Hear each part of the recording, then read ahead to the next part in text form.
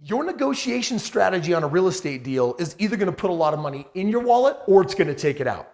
My name's Kris Krohn. Today, I literally want to share with you the best strategies for buying the best deals in real estate, how to sell real estate successfully, and more importantly, my favorite expert negotiation strategies overall. One shot, now the future is yours. Go! I'm turning dreams into reality. Yeah.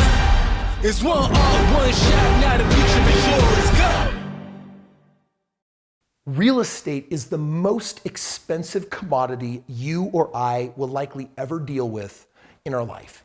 How many homes will you actually buy or sell in a lifetime?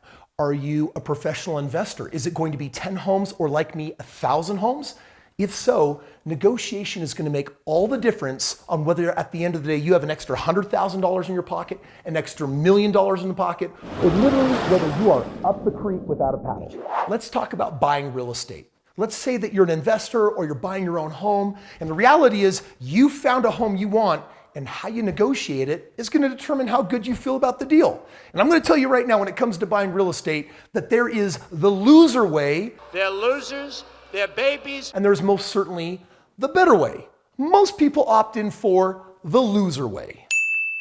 Well, a house that's going to make me a pile of money. I just need to negotiate it right. They want $250,000. I think I should offer them $220,000 and give them 48 hours to sleep on it. Send.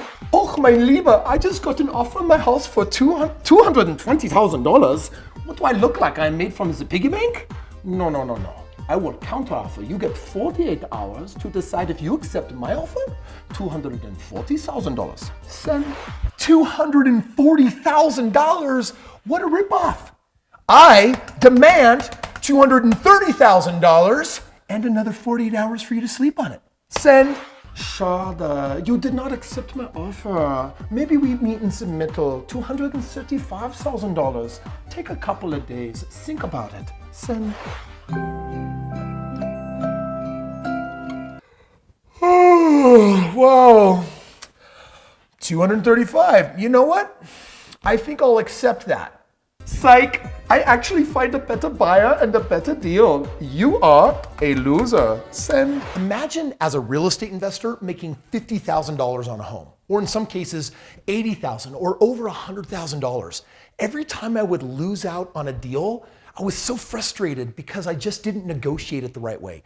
I got frustrated with my realtors encouraging me to take 48 hours in between responses, and we would take days going back and forth, and ultimately I was losing deals left and right. You get nothing. I didn't hit the big time until I developed a different approach to negotiating a really hot deal. Check it out. I just found a hot deal. It's for $250,000. It's already a great deal, but I'd like to get it for less. You know what? I'll call the realtor. Hey, what's up? Mr. Realtor, Kris Krohn here. Check it out.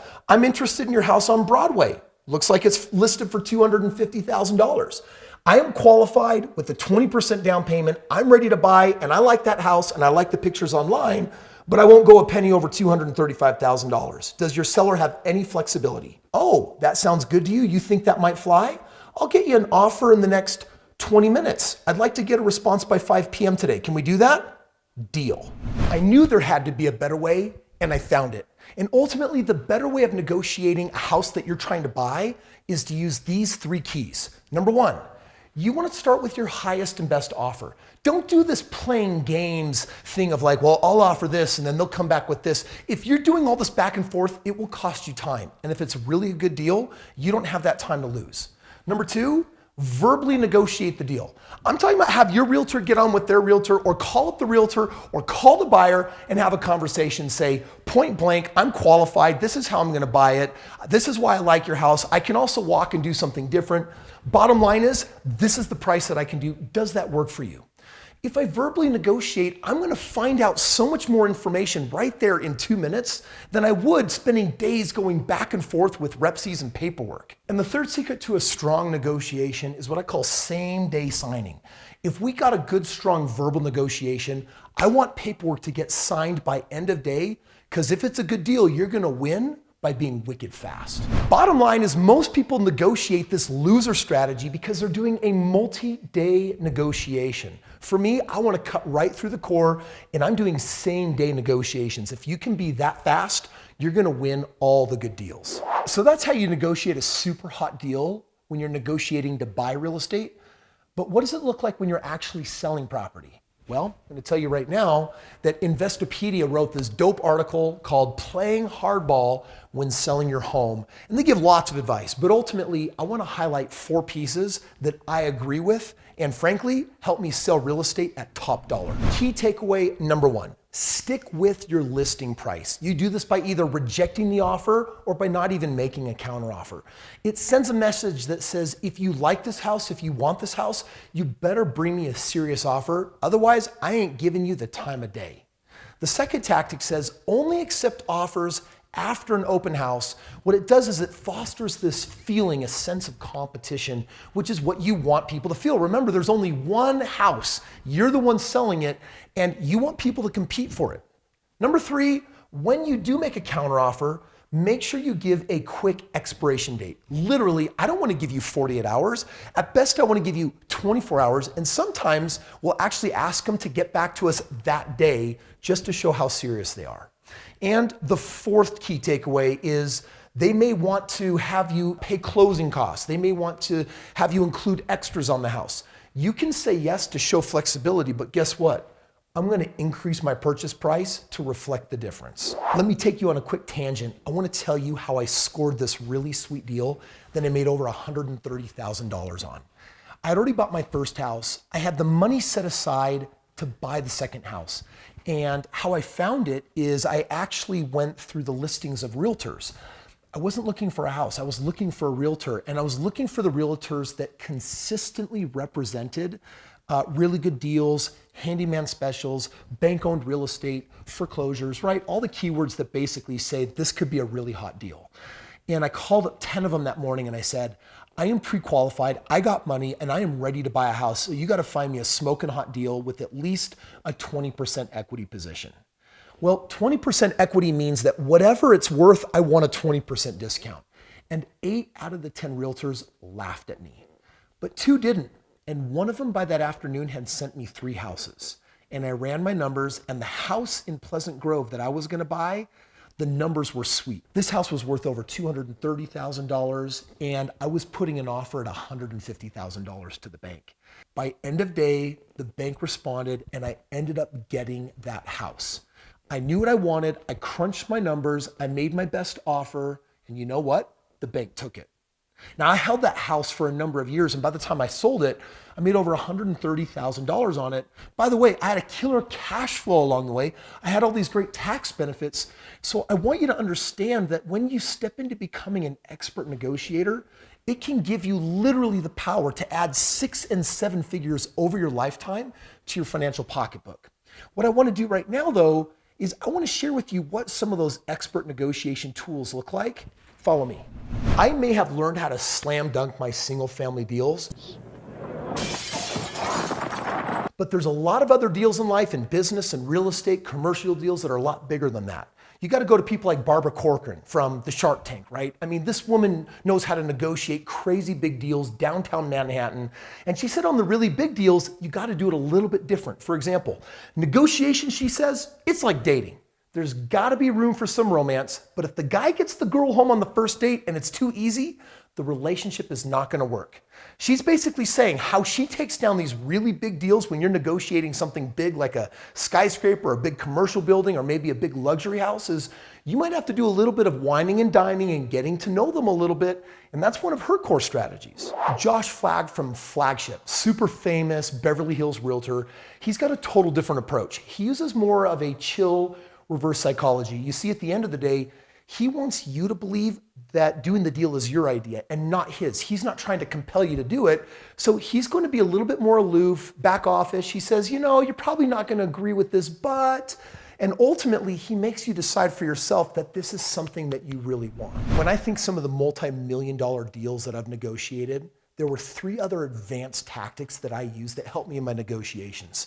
The first one is reciprocity.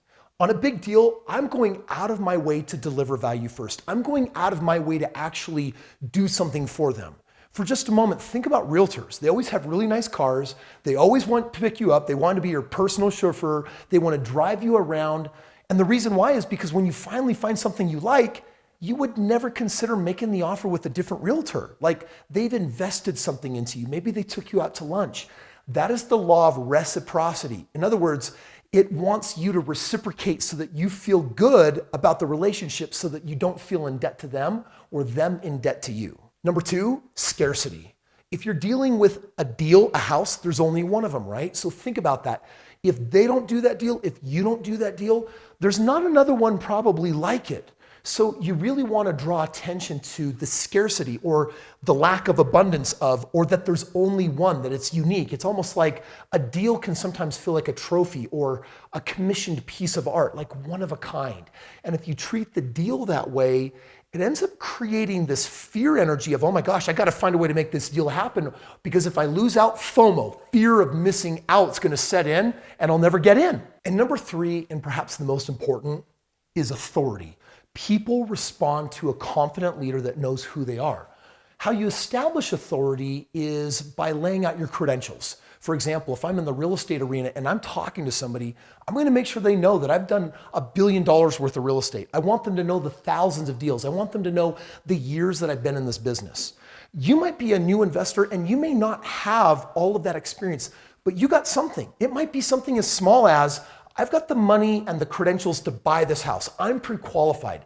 And that is establishing authority. So people want to deal with people that know who they are and what they want and take a strong leadership stance. My final piece of advice for today to help you become a boss expert negotiator actually comes from a longtime FBI agent.